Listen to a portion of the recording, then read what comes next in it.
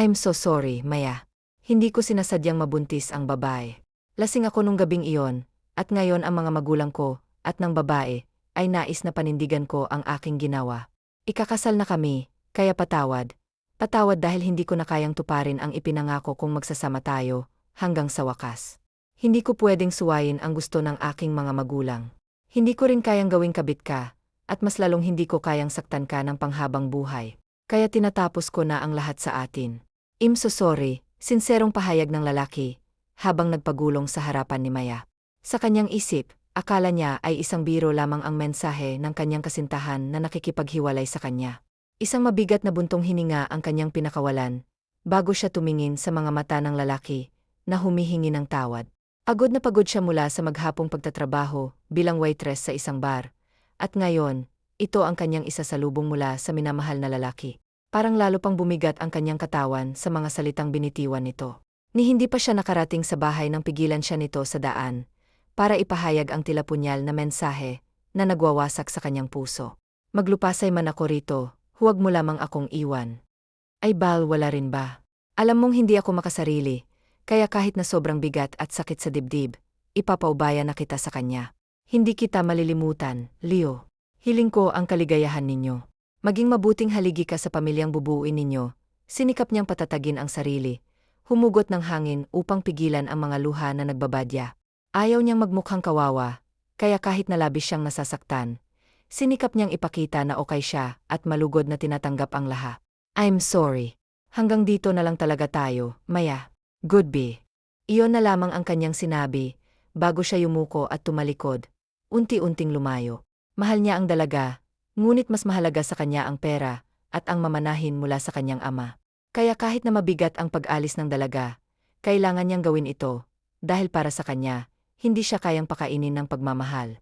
Sa pag-alis ng sasakyan ni Leo, doon lamang nagsimula ang pagbuhos ng luha ni Maya. Napakasakit, dahil 3 taon niyang minahal ng lubos ang lalaki. Nagsumpaan silang kapag nakapag-ipon ng sapat na pera, ay magpapakasal at bubuo ng masayang pamilya. Ngunit ngayon, tila naglaho na ang kanilang mga pangarap. Hindi niya masisisi si Leo, sapagkat hindi na niya maibigay ang mga pangangailangan nito bilang isang lalaki. Nais niyang isuko ang sarili sa oras na sila'y nanumpa sa harap ng Diyos na magsasama hanggang wakas. Ngunit sa kabila ng lahat, napakasakit pa rin. Ni hindi niya maisip na sa ganito lamang sila magtatapos. Napakahami nilang pangarap, ngunit tila hindi na ito kailanman matutuloy. Ilang linggo pa lamang ang nakakalipas mula nang pumanaw ang kanyang mahal na ina, at ngayon, ang kanyang nobyo ay tuluyan nang nawala sa kanya. Lahat na lang iniiwan ako, puno ng hinanakit na wika niya, kasabay ng biglaang pagbuhos ng malakas na ulan. Pati ang panahon, nakikisimpatya sa nararamdaman ko. Tiningala niya ang nagdidilim na kalangitan. Diyos ko, bakit ganito ang nangyayari sa buhay ko? Lahat ng mahalaga sa akin ay nawawala't iniiwan ako. Hinagdis niya habang sunod-sunod na bumabagsak ang kanyang mga luha, sumasabay sa buhos ng ulan. Nagpatuloy siya sa ganitong senaryo, hanggang sa sumabay na ang malalakas na pagkulog at pagkidla. Sa kabila ng kanyang sugatang puso, nagpasya siyang ipagpatuloy ang pag-uwi. Hindi niya nanaisin na tamaan ng kidla. Hindi ako mamamatay sa kuryente. Asos, friend, anong nangyari? Para kang basang sisiw, alalang tanong ni Tina nang salubungin ang kaibigan. Kanina pa siya nito hinihintay sa bahay, dahil may magandang balita siyang ibabahagi tungkol sa kanilang application sa Canada. Gustuhin man niyang sunduin ang kaibigan, ngunit hindi niya magawa dahil sa malakas na ulan. Iniwan na ako ni Leo, Tina, muling namuo ang luha sa kanyang mga mata. Inalalayan siya ng kaibigan na maupo sa silyang gawa sa kawayan. Ha? Anong ibig mong sabihin na iniwan? Naguguluhan ako, tanong ni Tina habang umuupo sa tabi niya at ginagap ang kanyang palat. Iniwan niya ako para panindigan ang mag-ina niya. Ikakasal na rin siya, Tina. Tumulo ang kanyang luha habang ipinatapat ang sakit sa kaibigan. Gulat na gulat si Tina, hindi niya lubos maisip na magagawa iyon ni Leo. Lalo't alam niyang mabuting tao ito at ginagalang ang kanyang kaibigan. Ang sakit, Tina. Ang sakit-sakit sa puso. Lalo pa siyang napahagulgol. Nahahabag namang yakap siya ng kaibigan at hinagod-hagod ang kanyang likuran. Hindi ko akalain na dito kami magtatapos. Pagpapatuloy niya, muling inilabas ang bigat ng kanyang dibdib. Eseli. Tahan na, friend.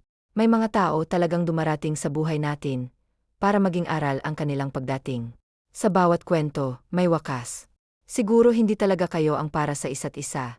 Kaya hinayaan ni Lord na mangyari ito. Tahan na, friend. Iwanan ka man ng lahat, hindi naman ang matalik mong kaibigan. Pang-aalo ni Tina habang hinahaplos ang mahabang buhok nito. Salamat, Tina. Ikaw na lang talaga ang meron ako. Huminga siya na malalim bago pinawi ang mga luha. Gusto kong uminom. Pwede mo ba akong samahan? Huling walwal na natin ito, promise. Gusto ko lang talagang maibsan, kahit papaano ang sakit, anya. Malugod namang sinang-ayunan ni Tina. Hinintay nilang tumila ang ulan bago sila nagtungo sa bar malapit sa Quezon City, kung saan sila nagtatrabaho bilang waitress. Pagpasok nila sa eksklusibong bar, agad silang sinalubong ng amoy ng alak at usok ng sigarilyo. Pinili nilang pumwesto sa isang sulok, at gamit ang ipong pera ni Maya, pinili niya ang alak na malakas ang tama. Sunod-sunod niyang tinungga ang inumin na ibinigay ng waiter, habang si Tina naman ay tamang shot lamang, dahil kapag nalasing din siya, mahihirapan silang makauwi. Nang tuluyang tamaan ng alak, nahatak si Maya sa dance floor. Sunod-sunod na sumayaw si Tina sa kanyang broke na kaibigan. Sabay silang sumabay sa nakakaindak na musika hanggang sa magsawa at magpa siya ng umuwi, lalo't 5:00 na ng hapon. Dahil wala nang masasakyan pauwi sa kanyang apartment, natulog si Tina sa bahay ni Maya. Kinaumagahan, masakit ang ulo ni Maya nang bumangon, habang si Tina naman ay abala sa paghahanda ng kanilang umagahan. Napaami yata ang inom ko, friend, sabi niya, sabay sapo sa kanyang ulo habang papasok sa kusina. Halika rito, friend, maupo ka. Kape lang ang katapat ng hangover mo, anya, ipinaghila pa ng bangko ang kaibigan. Oh, kamusta? Naibsan na ba ang sakit? Tanong nito. Hindi naman yun basta-bastang mawawala, friend, sagot ni Maya. Humigop ng tinitimplang kape. Bakit nga pala naligaw ka rito sa bahay? May kailangan ka ba? Tanong niya. Alam na sinasadya siya ng kaibigan kapag may mahalagang sasabihin. Ay nga pala. Nakalimutan kong sabihin sa'yo, na-approve na yung application natin sa Canada. Magkakapareho tayong senior citizen na mayaman ang alagaan, friend, at 100,000 ang monthly na sahod. Ma-increase pa raw yun, sabi nung agency na nakausap ko nung isang araw. Mamaya, kukunin na natin ang passport natin, tapos larga na tayo, masayang pagkukwento ni Tina. Salamat naman. Sulit pala ang pag-absent mo kahapon, sambit ni Maya, may ngiti sa labi. Masaya siya, dahil sa wakas ay natanggap na rin sila. Ilang beses na silang nag-apply abroad. Ngunit hindi sila natanggap kahit na overqualified naman sila, masisipag, matalino, at may angking ganda. Wala rin silang naging problema sa medical test. Matapos ang 2 linggong paghahanda, tuluyan na silang lumarga. Dala ang pangarap na makapagpatayo ng sarili nilang negosyo, oras na makapag-ipon ng sapat na pera. Swerte natin, friend, dahil Filipino citizen ang mga alagaan natin. Nag-migrate lang daw sila sa Canada, sabi nung agency natin, dahil nandoon ang negosyo ng mga ito, prestigious hospitals. Grabe talaga si Lord sa pagbibigay ng blessing sa atin. Ano, bulalas ni Tina, na sinang-ayunan ni Maya. Smile ka na, friend, sabi nito, sinapo ang pisngi ni Maya at pinisilyon. Napangiti si Maya. Sana magawa pa rin nating magwalwal doon. Ano, anya? Tinawanan siya ng kaibigan, na nangako ng huling inom na nila ang pagpunta sa bar. Ngunit mukhang isa lamang itong biro. Dahan-dahan lang sa alak, friend ha. Baka mais kapag dating ng araw. Ingatan mo yang atay mo, natatawang saad nito. Grabe naman sa pangaral. Hindi naman ako hayok sa alak, at alam mo, friend, kailangan rin ng katawan natin ng alkohol, kaya relax ka lang. Hindi mapapano ang atay ko, pagdedepensa niya, ikinakabit-bikat lamang ng kaibigan.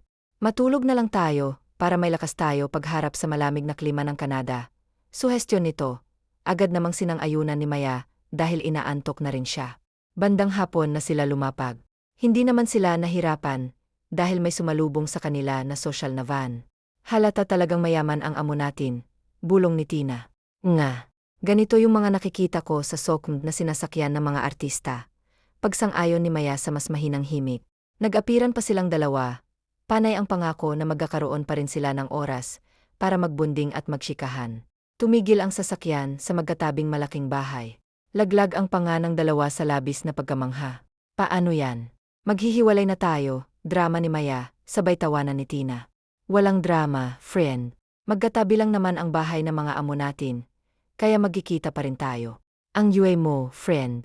Magkatabi lang kaya yan, sagot ni Maya, napakamot sa ulo. Sorry naman, Anya, yumakap sa kaibigan. Let's go. Doña Josephine is waiting for you. Bulalas ng lalaking sumundo sa kanila. Kaya't kumalas na sila sa yakap at tuluyan ng nagpaalam. Nilingon pa ni Maya ang kaibigang papasok sa kabilang bahay. Kumaway ito sa kanya, at siya rin ay sumagot ng ngiti, bago tuluyang pumasok. Wow, bulalas niya, na di makapaniwala sa ganda ng loob ng kabahayan. Maliligaw pa yata ako sa bahay na to mahina niyang sabi habang sumusunod sa lalaki. Nahinto lamang siya sa pagsunod ng pumasok na ang Engleserong lalaki sa isang silid. Your helper is already here, Doña Josefina, Anya, na nagbigay alam sa nakahigang matandang babae. Agad na bumangon ang Donya, dahan-dahang kinuha ang tungkod. Good afternoon po, Doña Josefina. Ako nga pala si Maya Cruz. Pagbibigay galang niya, sabay nagbaba ng tingin, nahihiya sa kanyang presensya. Napakapormal mo naman, iha, malambing ang boses na matanda, na nagpataas ng tingin ni Maya. Akala niya ay isang English-speaking na sosyaling matanda. Ngunit tila may ibang kwento ang nasa likod ng mga mata nito. Iwan mo muna kami, baling nito sa lalaking naghatid sa kanya. Yumuko muna ito sa matandang amo, bago tuluyang umalis. Siya nga pala ang bodyguard ko, iha. Ang pangalan niya ay Afael. Pagpapakilala nito sa lalaking umalis, na nagbigay ng ngiti kay Maya. Maupo muna tayo, anyaya ng Donya, at agad na inalalayan ni Maya, na ikinangiti na matandang babae. Salamat, iha. Wala pong anuman, Lola, may ngiti sa labi niyang tugon. Natutuwa po ako, Lola, dahil hindi kayo gumagamit ng Ingles. Kinakabahan po ako kanina, dahil hindi po ako kagalingan sa pag-Ingles. Walang pag-aalinlangan niyang salaysay. Sa kabila ng kanyang kaba, hindi niya mapigilang maging madaldal at bukas sa matandang amo. Kahit ito pa lamang ang unang araw niya rito. Natutuwa rin naman ako, Sao, iha. Matagal-tagal na rin mula nang merong kumausap sa akin ng ganito. Busi kasi ang kaisa-isa kong anak pati na ang apo ko, sa mga ospital na pinamamahalaan nila. Napabuntong hininga ito, at makikita sa mukha na matanda ang kalungkutan na tila nagkukubli sa mga alaala. Huwag na po kayong malungkot, Lola, dahil magmula ngayon, palagi kayong may makakasama at makakakwentuhan, sabi ni Maya, sabay abot sa kulubot na palad nito at marahang pinisil. Smile ka na, Lola Josephine, masuyo niyang wika. Josephine na, iha, at hindi Josefina, pagtatama nito sa kanya. Napapakamot naman siya ng ulo. Sorry po, hingi niya ng dispensa, na agad namang kinangitian na matanda. May kailangan po ba kayo, Lola? Tanong ni Maya, nag-aalala kung may nais ito na nalilimutan, dahil sa kanilang kwentuhan. Wala pa naman, iha. Hindi mo naman kailangang mag-alala, dahil ang tanging trabaho mo lamang ay ang samahan ako. Mamaya pa naman ang hapunan natin, kaya't magkwentuhan na muna tayo, sabi nito, may malawak na ngiti habang titig na titig sa mukha ng dalaga, na tila humuhugot ng saya mula sa kanyang natural na ganda. May nobyo ka na ba, iha? Bigla nitong tanong, puno ng kuryosidad tungkol sa personal na buhay ng kanyang kauna-unahang helper. Wala na ho, Lola. Iniwan na ho ako, dahil nakabuntis po ng ibang babae, matapat niyang pag-amin. Nakita niya ang lungkot sa mukha ng matanda. Naku, Lola, huwag ho kayong malungkot dahil okay lang naman po ako. Tanggap ko na po na hindi talaga kami, para sa isa't isa. Mabilis niyang sabi, nakikita ang awa sa mga mata nito. Pero nakikita ko pa rin ang sakit sa mga mata mo. Iha, kahit sinasabi mong ayos ka lang, saad nito, na nagdala sa kanya ng malalim na pagbuntong hininga. Masakit po, Lola, opo. Ngunit tinanggap ko na po. Sadyang hindi lang talaga kami itinadhana para sa isa't isa. Sa ngayon po, magfo-focus na lang muna ako sa pag-aalaga sa inyo, Lola. Pangarap po kasi namin ng kaibigan kong si Tina na makapagpatayo kami ng sarili naming salon. Tapos po kami ng cosmetology sa sekundarya at pangarap rin po talaga namin na kumukutingting ng mga kuko, mukha, buhok, at iba pa. Magiliw niyang pagkukwento. Ang kanyang mga mata nagniningning sa pag-asam sa hinaharap. Pwede mo bang kutingtingin ang buhok at mukha ko? Iha, abay. Naman po, magiliw niyang tugon rito. Sandali lang po, Lola ha at kukunin ko sa maleta ko yung mga gamit ko. Paalam niya ngunit umiling ang matanda, kaya't taka siyang tumingin rito. Kumpleto ang kagamitan ko rito sa silid ko. Iha kaya hindi mo na kailangan pa mga gamit mo, saad nito. Nasa drawer na iyon ang hair and makeup kit ko. Iha. Saad pa nitong tinanguan naman ang dalaga. Inalalayan na nga ni Maya ang Donya, paupo sa harapan ng malaking salamin, kung saan merong nakakabit na maraming ilaw sa palibot noon. Kinuha niya ang sinasabing kit nito, at namamangha na lamang dahil ang gaganda ng mga gamit nito, sa pagkatapos makuha ang nasa loob ng drawer, ay sinimulan niyang kutingtingin ang mukha ng Donya. Hindi may tago ni Maya ang pagkawili, lalo't mismong ang Donya. Napakaganda niyo po, Lola, bulalas niya na matapos itong ayusan. Dahan-dahan namang nagmulat ng mata ang Donya, at nang makita nito ang refleksyon sa salamin, ay napangiti ito at napahawak sa mukha.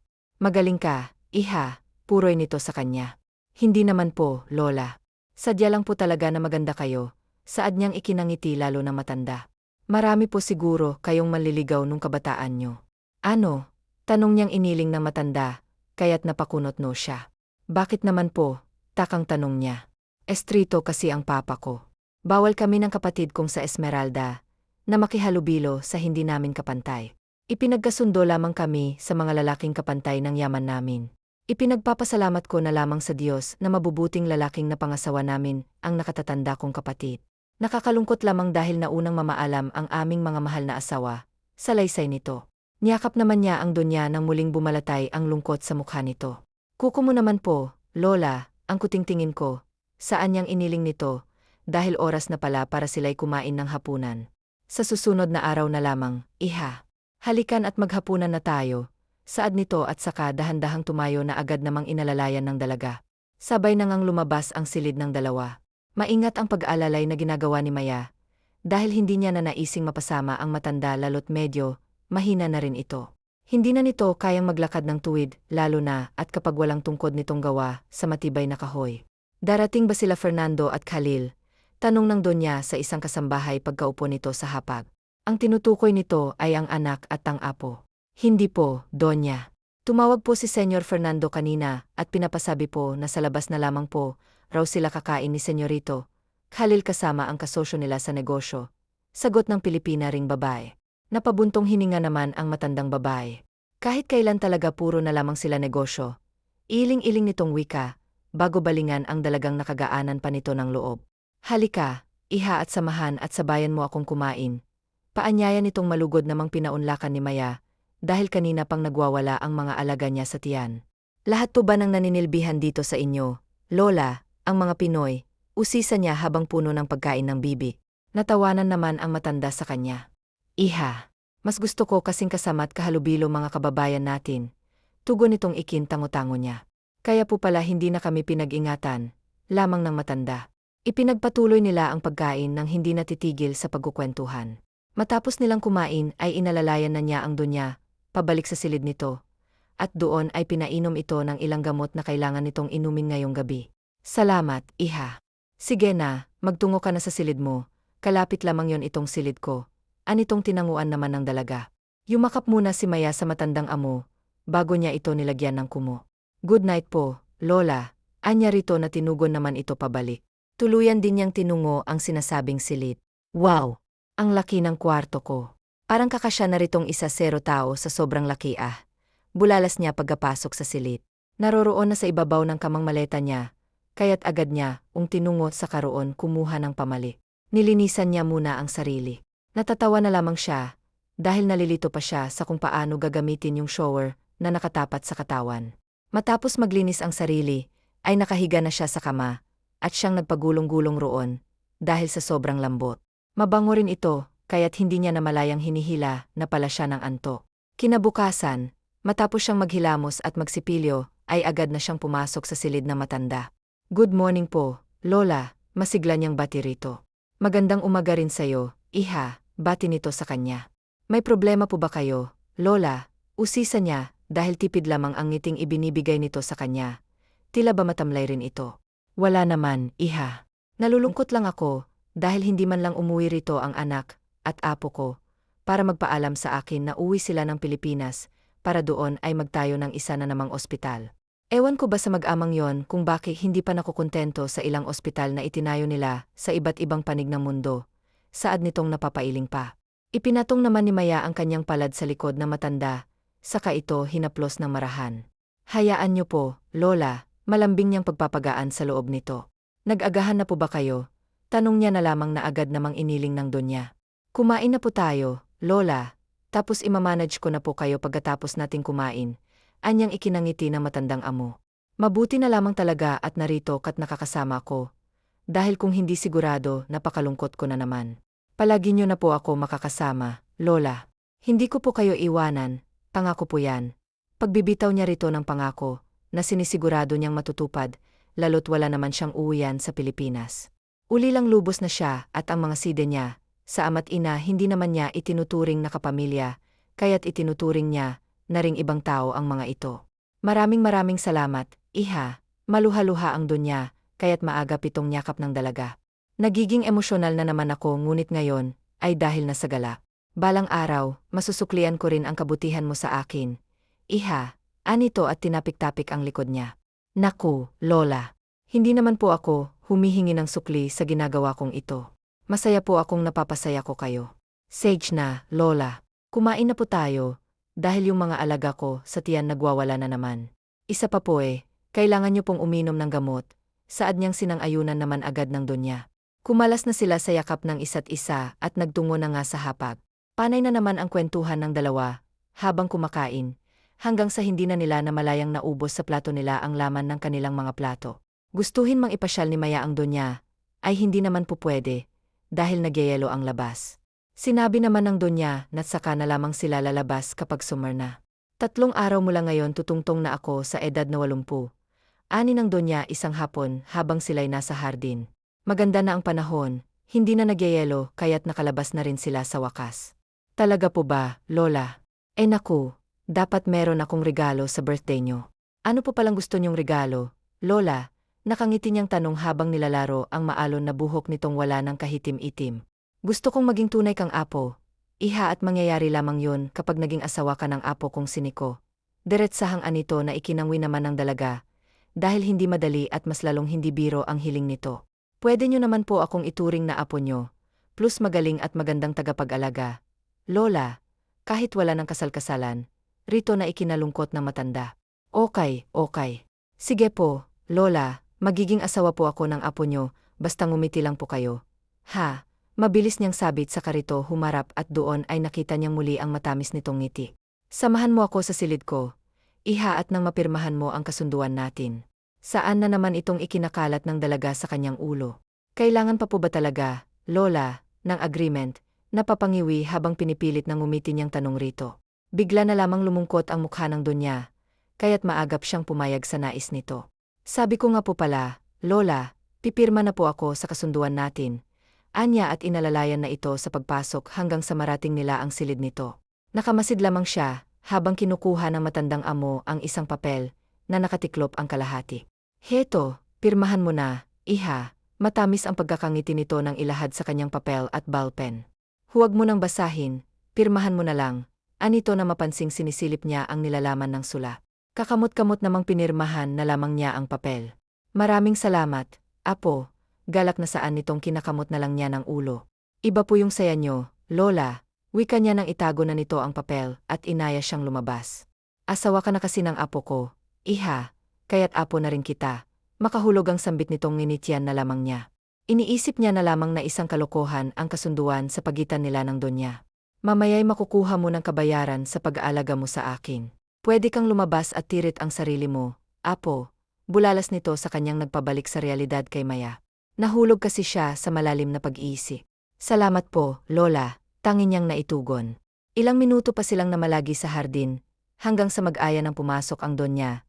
Dahil oras na para uminom ito ng kanyang gamot.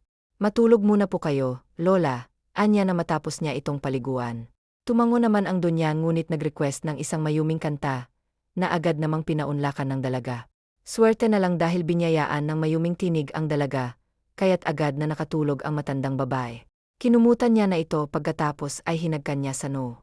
Sweet dreams, Lola Josephine, mahina niyang usal habang hinahaplos ang ulo nito. Tuluyan na rin siyang lumabas, dahil may usapan sila ng kaibigang magkakaroon ng oras sa isa't isa ngayong hapon. Friend, patakbong lumapit si Tina sa kanya pagkalabas nito ng gate. Sinalubong niya naman ito at agad silang nagyaka. Grabe, namiss kita, bulalas nito nang kumalas ng yakap sa kanya. Namiss rin kita, balik niya rito. Sahod na natin mamaya. Anong plano mo sa paunang pagod natin? Walwal tayo, suwestyon niya agad-agad. Loka ka talaga. Pero Sage, game. Pero hindi tayo maglalasing dahil nakakahiya naman sa mga amo natin. kondisyon nito. Agad niyang sinangayunan. Hintayin na lang natin ang isa't isa rito sa labas pagsapit ng 5 oras. O sige, kailangan ko kasing pakainin at painumin muna ng gamot si Lola bago tuluyang umalis Anya. Ako rin naman. Hais, ang hirap din palang mag-alaga na matanda no. Friend, nakapangalumba ba ang sambit nito? Bakit naman? Takang tanong niya. Kasi, ulyanin na si Lola Esmeralda. Kung minsan nagsusungit tapos pahirapan kapag oras na ng pagligo. Umiyak at kung minsan ay nananakit na. Parang gusto ko nang sumuko, kaso 1 taon ng kontrata natin. At kapag umatras ako, kailangan kong bayaran yung ilang taon na dapat kong serbisyo. Hay, ang hirap kumita ng pera. Problemadong saad nito. Nakararamdam naman siya ng pagkahabag para sa kaibigan. Huwag mo munang gagalawin yung perang pinaghirapan mo. Ako ang sasagot ng pagwawalwal natin ngayon ha. Isa matamis na ngiti ang iginawa niya sa kaibigan saka ito muling nyaka. Palagi mong isipin, Tina, na kaya natin to ginagawa dahil sa mga pangarap natin. Konting sakripisyo lang at makakamtan din natin ang kaginhawahan. I love you, my best friend. Tama ka. Salamat, friend and I love you too. Gumanti rin ito ng yakap habang may ngiti sa labi. Kumalas lamang sila ng tawagin na si Tina ng isa pang kasamahan. O sige na, mamaya na lang ulit, friend ha. Paalam nito na tinanguan na lamang niya. Minabuti na ring pumasok ni Maya, dahil baka magising ang inaalagaan niya, nang wala siya sa tabi nito. Tuluyan nang sumapit ang 5 oras at tuluyan na rin na natanggap ni Maya ang paunang sahod. Wow, Lola. Salamat po, Lola. Sobrang laki po nito Galak siyang napayakap sa matanda. Walang anuman, apo. Deserve mo yan kaya sige na. Humayo ka na't enjoyin mo ang gabing to. Ipapahatid na lamang kita kaya file, sa kung saan mang destinasyon na nais mo. Masuyong saad nito.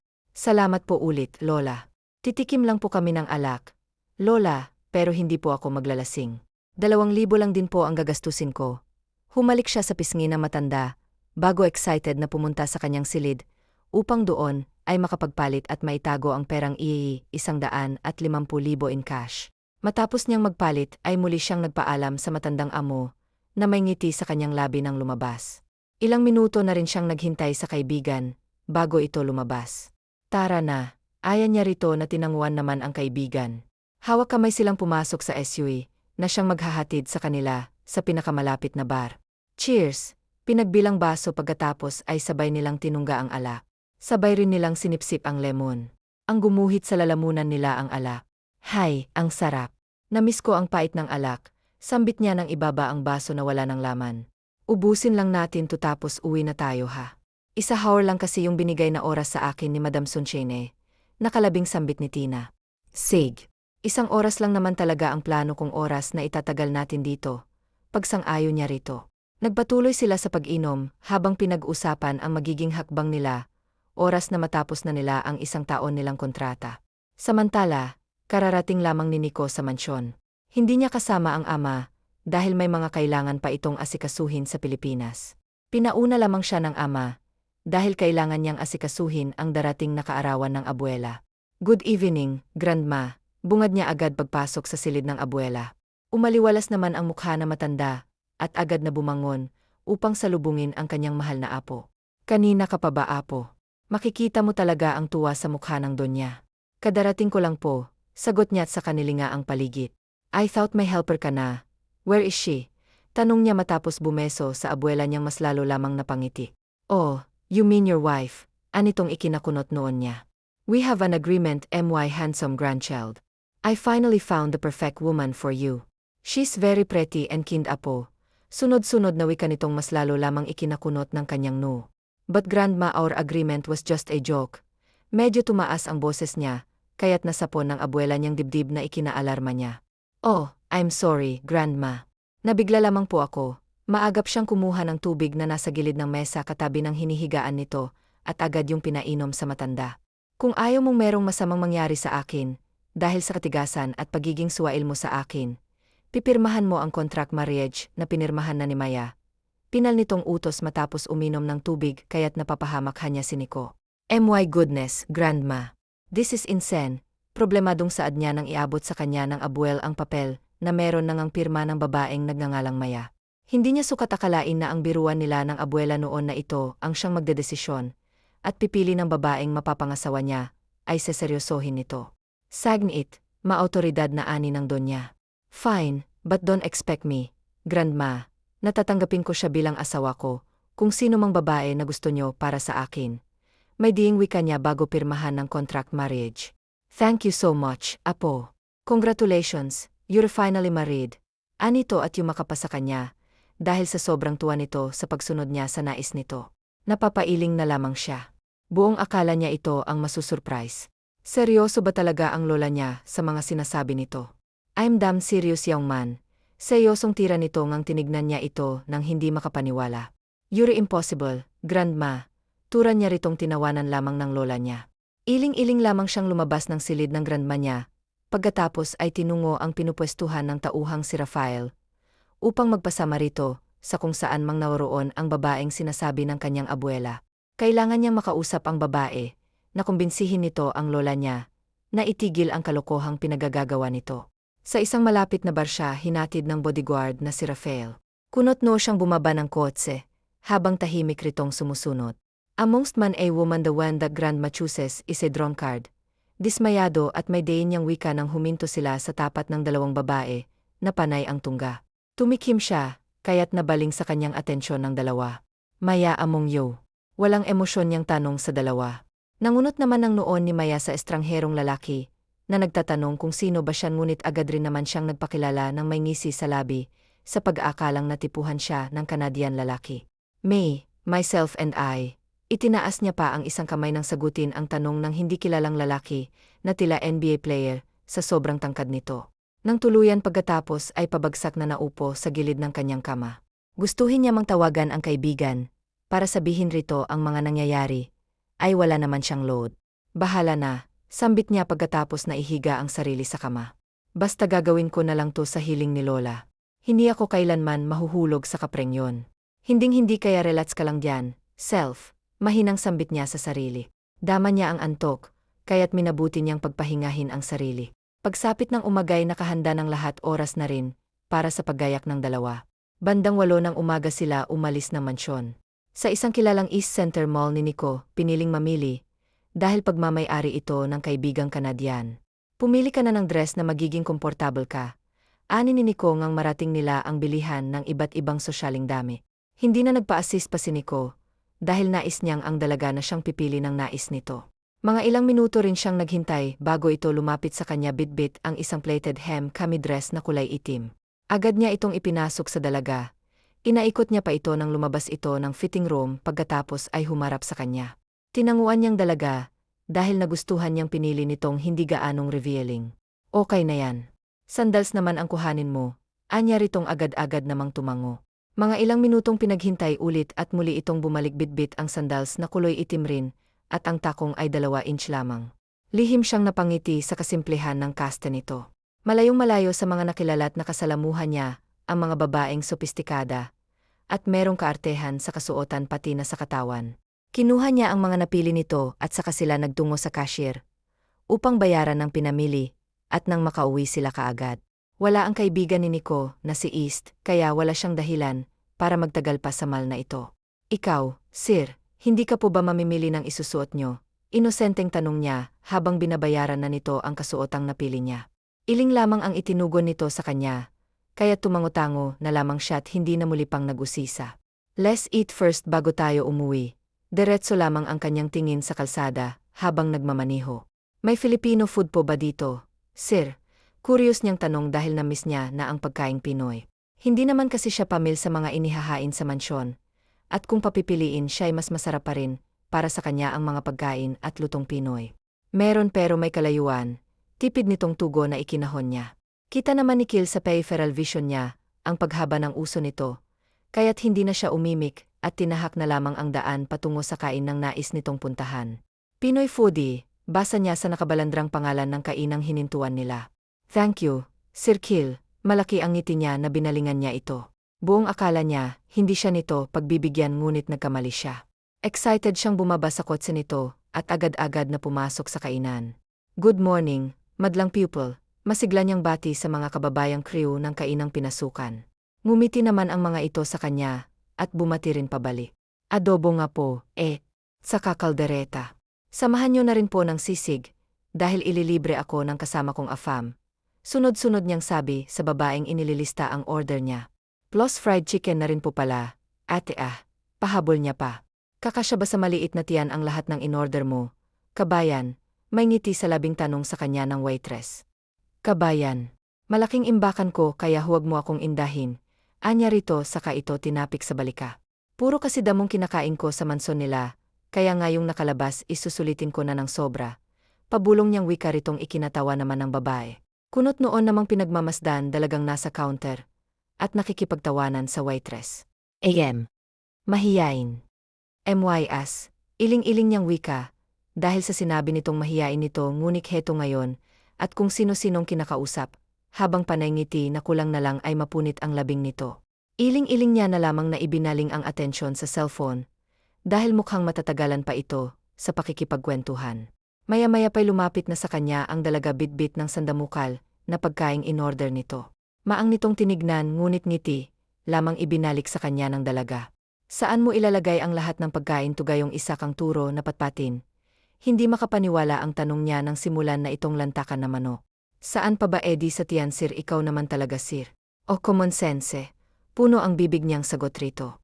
Napahilamos naman sa mukha ang binata sa kapilosopohan ng kahara.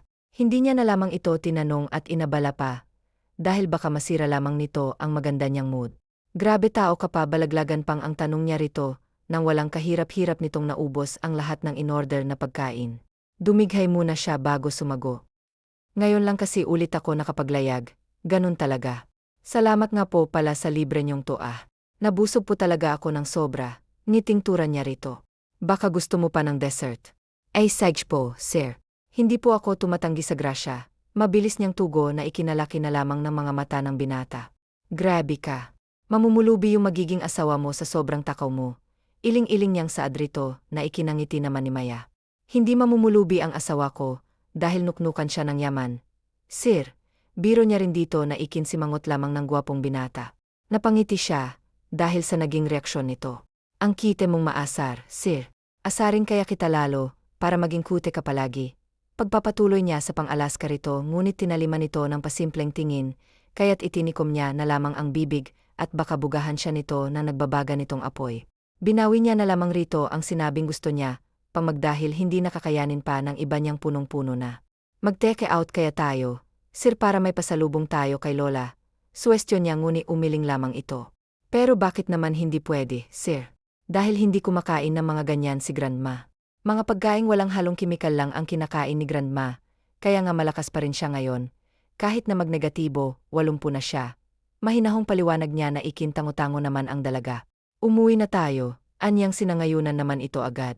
Paalam lang munang dalaga sa mga kababayan, bago sila tuluyang umalis sa kainang pinasukan. I thought mahiyain ka, basag niya sa katahimikan habang binabaybay nilang daan pauwi. Mahiyain po ako. I don't think so. Kanina lahat ng tauhan sa Pinoy Foodie ay pinapansin at kinakausap mo. Sambit niyang paminsan-minsan itong tinatapunan ng tingin. Mga kababayan ko naman po, kasi sila kaya po ako nakikipagkwento. Pagrarason niya, kahit ang totoo'y wala siyang kahiya-hiya sa katawan. Sinabi niya lamang ritong mahiyain siya, dahil hindi niya nais na ipakilala siya ng mga ito, sa madla lalo pat hindi niya kapantay ang mga ito. Hindi niya kayang makipagsosyalan at mas lalong hindi niya kayang makipagsabayan sa mga mayayaman, dahil para sa kanya iisa lamang siyang dukha. Kapag hindi ko nakumbinsi si Grandma na huwag ka nang ipakilala sa lahat, ay umaakto ka na lamang na normal. Hindi mo kailangang pigilin ang sarili mo. Magpakatotoo ka lang. Payo niya, dahil hindi niya sigurado kung mapapapayag nga ba ang abuela na huwag nang ianunsyo ang pagiging mag-asawa nila. Okay lang po ba talaga sa inyo, Sir Kalel? Hindi po kaya may tao tayong masasagasaan, lalo't napakapogi niyo po sak na maraming babaeng lihim, kayong hinahangaan. O hindi kayo'y minamahal? Curious niyang tanong dahil hindi niya nakikita sa mga mata nito ang pagtutol. Hindi ito okay sa akin. Maya, pero dahil mahalaga at mahal ko si Grandma, ay hindi ko nasusuwayin at kwestiyonin pa ang nais niya. Kaligayahan ni Grandma ang makitang nakatalina ako sa babaeng gusto niya, kaya ko rin tinanggap na ng buo ang setup nating to. Gagawan ko na lang ng paraan ang divorce papers natin kapag tapos na ang kontrata mo rito sa Canada.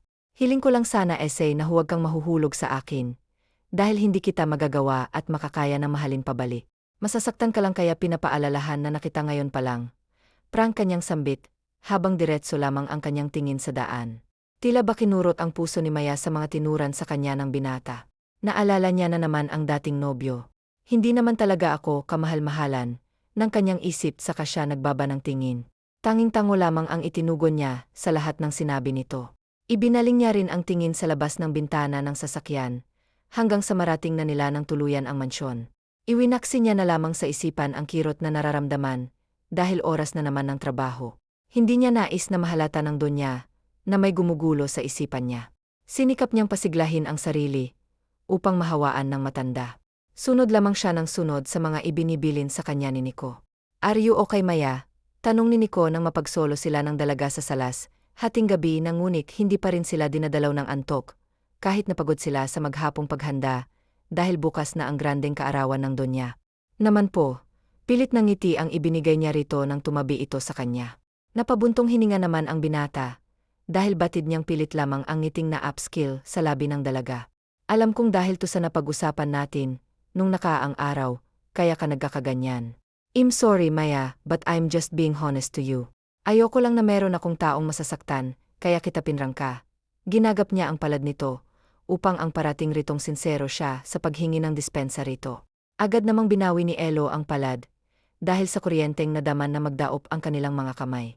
Naintindihan ko po, Sir Kalel, hindi nyo naman po sa akin kailangang magpaliwanag. Dumistansya siya rito, kaya't narinig niya ang buntong hininga nito. Hindi ako masamang tao, Maya. I just don't want you to get hurt someday. Bukas na ang araw ng pagpapakilala sa atin.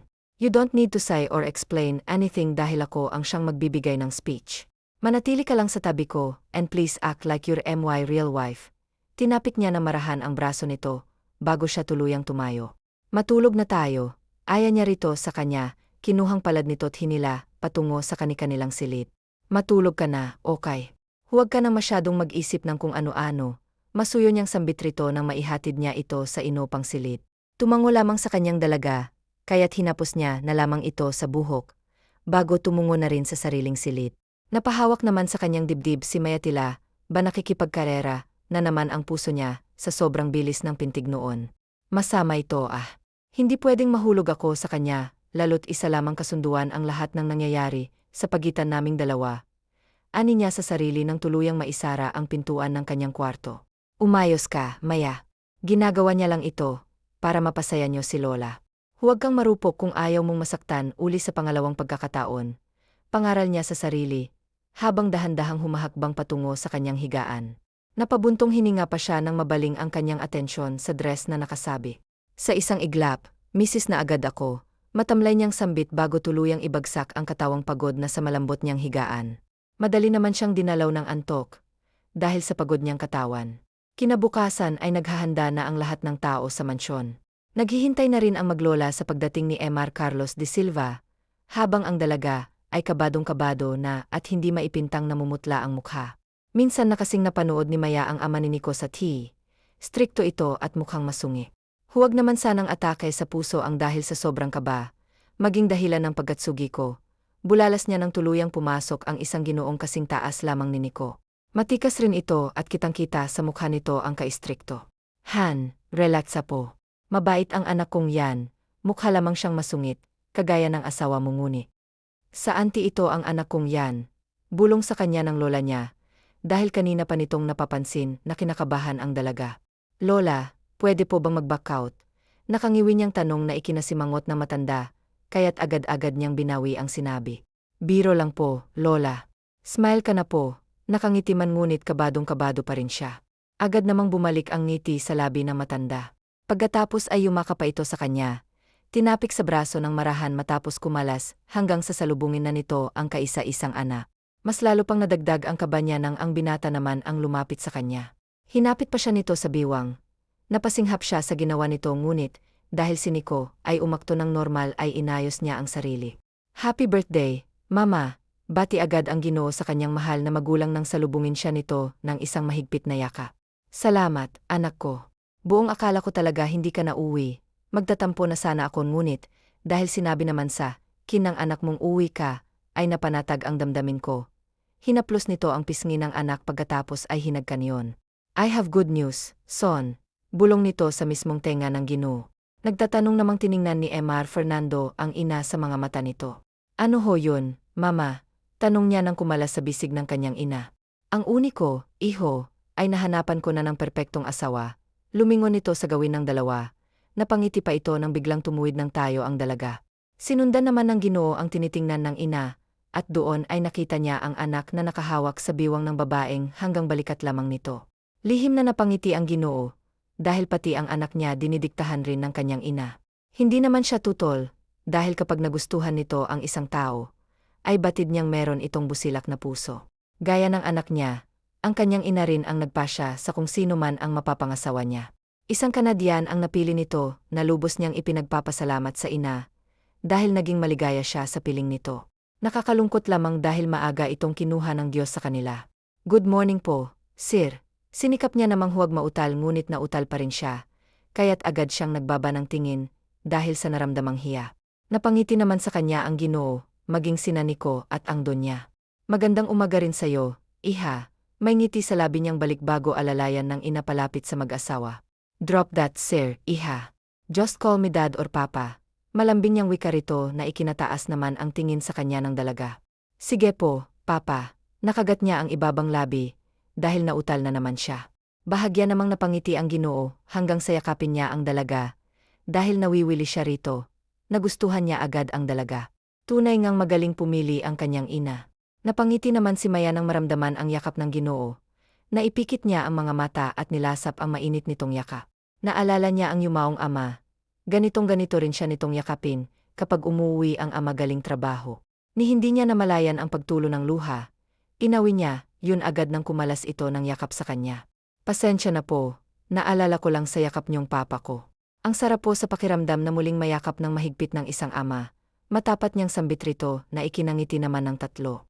Hinaplos ng Ginoo ang kanyang buhok, pagkatapos ay niyakap din naman siya ng kanyang asawa. Naging maramdamin siya, dahil muli niyang naramdaman ang presensya ng pamilya sa katauhan ng, kung tutuusin ay mga amo niya. Nag-aya na ang Donya na kumain na sila ng agahan, bago mag-ayos ng kani-kanilang mga sarili. Sa hapag ay panay ang tanong ng Ginoo sa buhay ng dalaga, habang si Nico ay himik lamang na nakikinig. Lahat ay naikwento ni Maya. Wala siyang nilaktawan kahit na ang nangyari sa kanila ni Leo ay isinaad niya sa mga ito.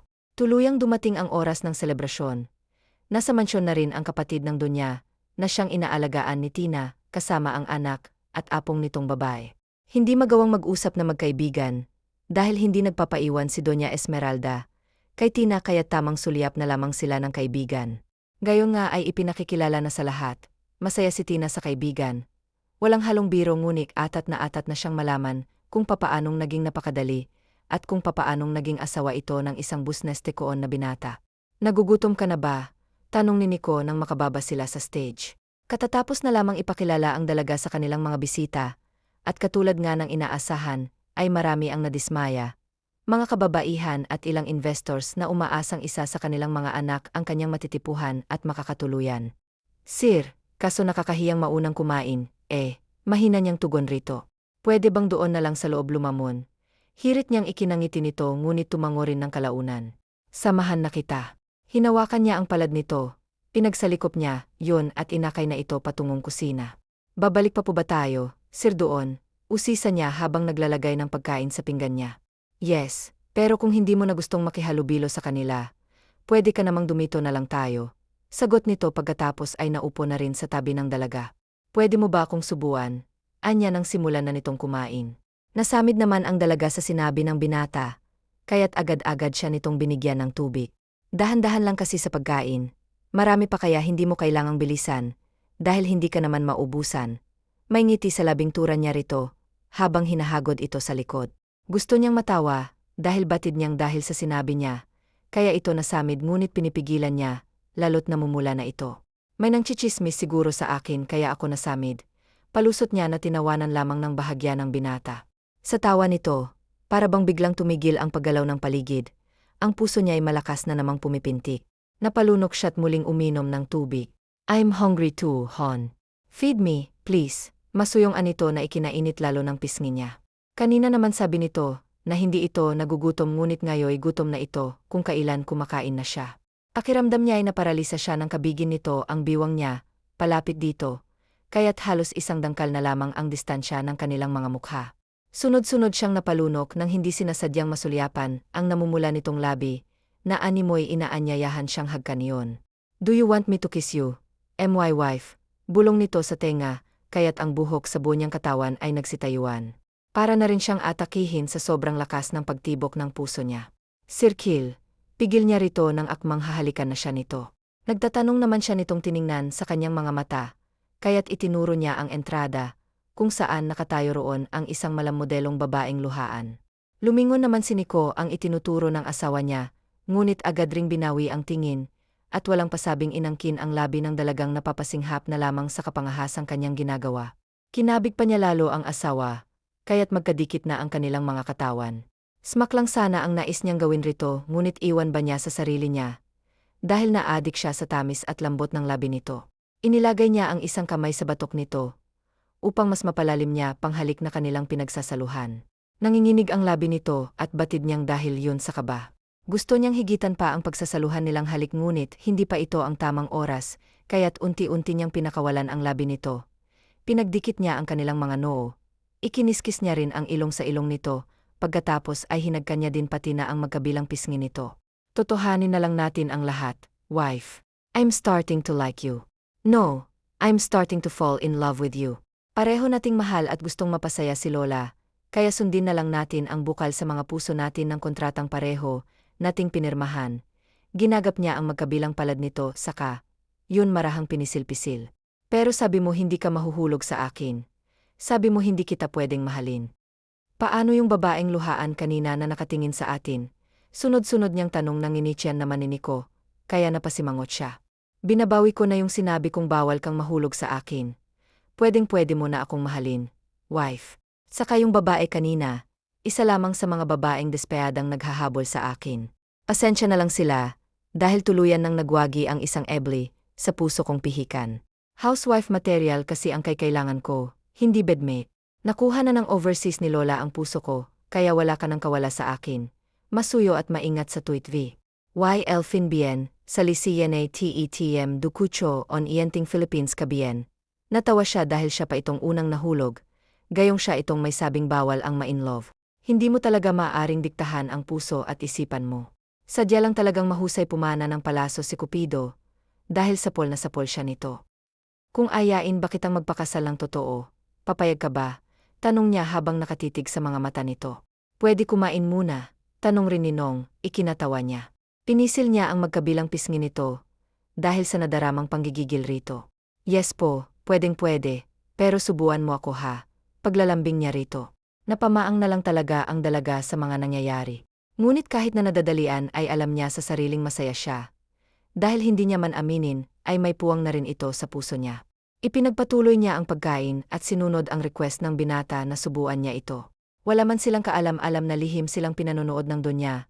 At kinikilig pa, habang hinahampas ang braso ng anak na natutuwa rin, dahil mukhang makamit na rin ang hinahangad na apo nito. Tapos na ang granding kaawan ng donya, at ngayon nga, ay nasa hardin na ang dalawa. Malalim ng gabi, kaya't silang dalawa na lamang ang nasa labas. Isinandal ni Nico ang kanyang ulo sa balikat ni Eloa. Ginagap niya rin ang palad nitong hinagkan na magaan. "Eloa," mahina niyang tawag. Po, naroroon na naman ang kaba sa kanyang dibdib. Hindi na natahimik ang puso niya magmula ng hagkan at magtapat ito sa kanya. Natawa naman si Nico, dahil ginawa siya nitong matanda sa pagsagot nito sa kanya ng po. "I'm waiting for your answer," maikli sa labi niyang tanong. Saka siya umayos ng upo, dahil nais niyang pagmasdan ang maamo at inosente nitong mukha. Sagot po. Saan? Naging aligaga ang mga mata niya, dahil para na naman siyang hinihipnotismo ng abuhing mga mata nito. Alam niya naman ang ibig nitong sabihin. Ngunit hindi niya lang talaga alam kung ano ang tama't dapat na sabihin. Magiging impokrita siya kung itatanggi niyang hindi niya ito gusto. "Gusto mo rin ba ako, Eloisa? Please be honest." "Ayokong sumagot ka ng hindi totoo. Alam kong hindi masyadong madali ang nangyari. Ngunit totoo ang lahat ng sinasabi ko. Hindi ito dahil lang kay Grandma. Tungkol na to sa ating dalawa. So please answer me." Nasa tono niya ang pagsusumamo. Hinaplos niya rin ang pisngi nito, hanggang sa walang paalam niya itong hinagkan sa labi. Tumulo naman ang mga luha ni Eloa. Hindi niya alam kung bakit siya naiyak, basta ang alam niya lang ay masaya siya, Dahil may isang tao ang muling nagparamdam sa kanyang importante, siya't kamahal-mahalan. Kawalan ni Nico ang labi ni Eloa. Ngang malasahan niya ang luhang dumaloy sa labi nito. Mabilis niyang pinawi ang luha nito at mahigpit na niyaka. I'm sorry, sinserong anya habang hinahaplos ang buhok nito. Hindi ko na ulitin, I promise, basta tumahan ka lang.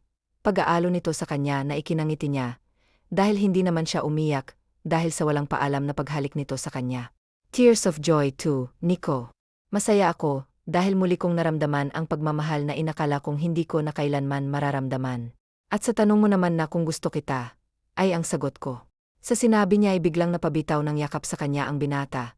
Hindi makapaniwalang tumingin sa kanya. Tumango siya rito, hanggang sa pakawalan niya ang isang matamis na ngiti.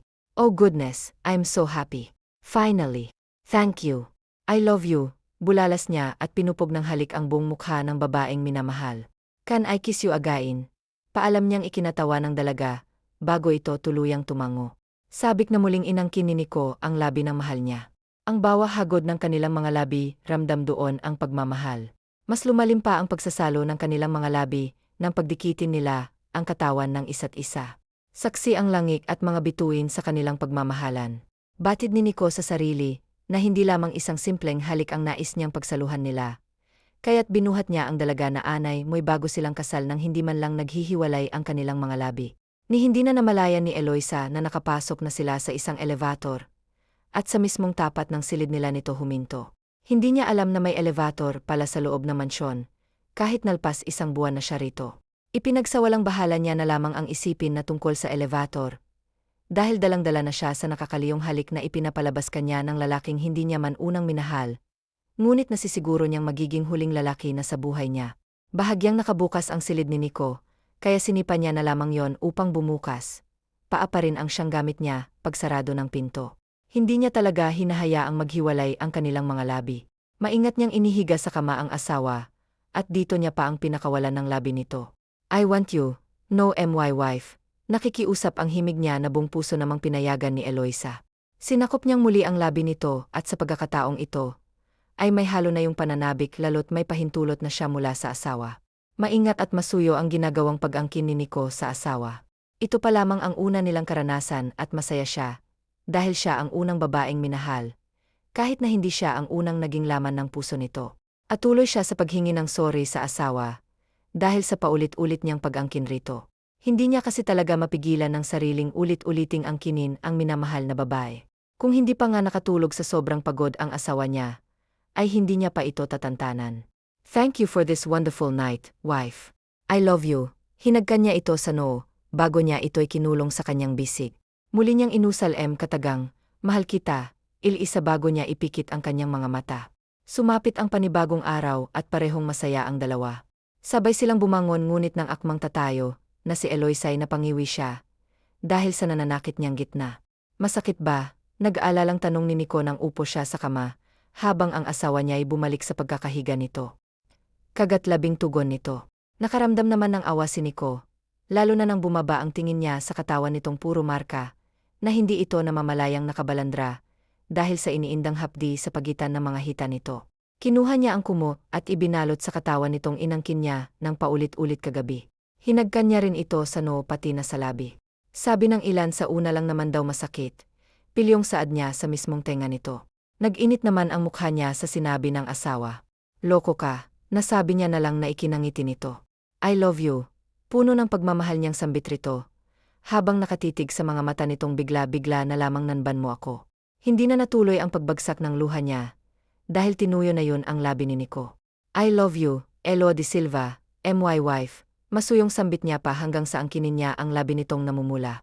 Pinakawalan naman agad ni ang labi ng asawa, dahil nais niyang marinig ang itutugon nito sa kanya.